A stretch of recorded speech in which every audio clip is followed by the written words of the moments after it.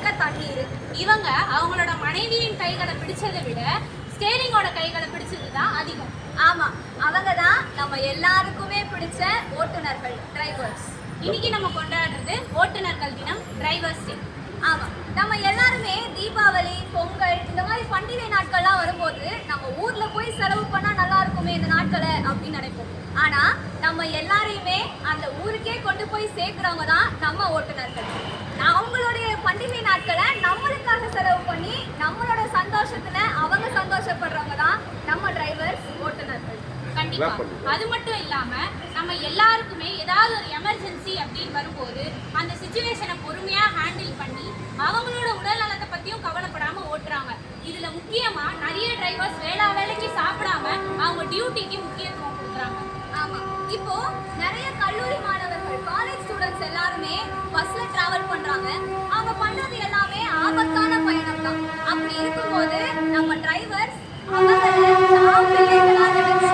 அவங்க எல்லாரையுமே பாதுகாப்பா அவங்களுடைய வீட்டுக்கு கொண்டு போய் சேர்க்கிறாங்க. அந்த தன்னலம் பாராத உள்ளம் கொண்டவர்கள் தான் நம்ம டிரைவர்ஸ். இதுல முக்கியமா இந்த தமிழ் ஆசிரியர் அவங்க சொன்ன ஒரு இன்சிடென்ட்டை நாங்க சொல்ல விரும்புறோம். அவங்க teacher training queen Mary's college, அதாவது ராணிமேரி கல்லூரியில் படித்த காலத்துல பெண்களுக்கு அவ்வளவு பாதுகாப்பு கிடையாது. முக்கியமா பஸ் சேவை அப்படின்னு வரும்போது பெண்களுக்கு நிறைய ஆபத்துகள் வர வாய்ப்பு. அதனால பஸ் டிரைவர்ஸ் எல்லாருமே சேர்ந்து காலேஜ் உள்ளேயே கவர்மெண்ட் பஸ் விட்டாங்க. எல்லா ஏரியாவுக்கும் போற பஸ்ஸுமே அப்போ வந்து போற குழந்தைகள்ல இருந்து பல்லாக்கு போற முதியவர்கள் வரைக்குமே நாங்க எல்லாருமே நம்பி இருக்கிறது ஓட்டுநர்களை மட்டும்தான். கலர் கலரா ட்ரெஸ் போட்டு இந்த காலத்துல காக்கி சட்டையே பெருமையா அணிஞ்சவங்க தான் நம்ம ஓட்டுநர்கள். காக்குறவரு கடவுள்னா காக்கி சட்டை போட்ட ஓட்டுநர்களும் நம்மளுக்கெல்லாம் கடவுள்கள் தானே. அதனால நம்ம போற ஒவ்வொரு பயணத்திலுமே ஓட்டுநர்களை கடவுளா பார்க்கணும். இப்போ நம்ம எல்லாருமே ஒரு ஃபேமிலியா பயணம் போறோம் அப்படின்னா நம்மள ஒரு நம்ம குடும்பத்தை சேர்ந்த ஒருத்தர் அந்த காரை ஓட்டுறாருன்னா நம்ம கண்டிப்பா தூங்க மாட்டோம். அவருக்கு ஏதாவது ஆயிட போகுது, ஏதாவது வழி தவறி ஓட்டிட போறாருன்னு விழிச்சுக்கிட்டு இருக்கோம். ஆனா இதுவே நம்ம ஒரு பஸ்லயோ ஒரு ஆட்டோலயோ பயணம் செய்யும் போது நிம்மதியா நம்ம கண் உறங்கி தூங்குறோம். இதுக்கு முக்கியமா காரணமா இருக்கவங்க டிரைவர்ஸ்.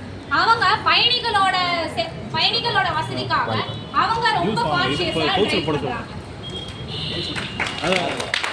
நம்ம டிரைவர்ஸ்க்கு தெரிஞ்ச குறுக்கு வழிகள் ஏராளம். அவங்களுக்கு தெரிஞ்ச குறுக்கு வழியில கூகுள் மேப்பே கூட தோத்து போயிடும். ஏன்னா அந்த அளவுக்கு அவங்களுக்குலாம் குறுக்கு வழி தெரியும்.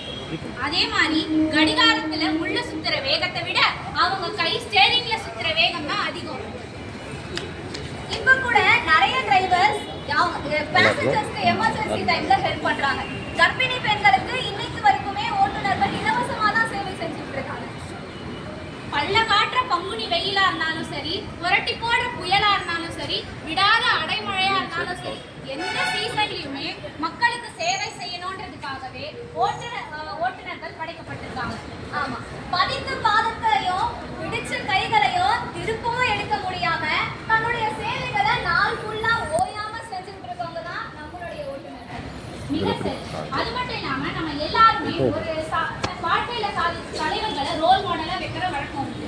முக்கியமா இதுல நான் சொல்ல விரும்புவது, எந்த ஒரு சூழ்நிலையிலும் பொறுமையா கையாளுற டிரைவர்ஸையும் நம்ம பாதுகாப்பா கொண்டு போய் சேர்க்கிற ஓட்டுநர்களையும் நம்ம கண்டிப்பா ரோல் மாடலா வச்சுக்கணும். நிச்சயமாக நானிலம் காக்குறவங்களையும் நம்ம வணங்குறது நம்மளுடைய கடமை. அந்த நானிலத்தையும் நம்மளுக்கு சுத்தி காட்டுற ஓட்டுநர்களை வணங்குறதும் நம்ம கடமை தானே. ஆமா, அதனால ஓட்டுநர்களை காப்போம், அவர்களுக்கு உதவுவோம்.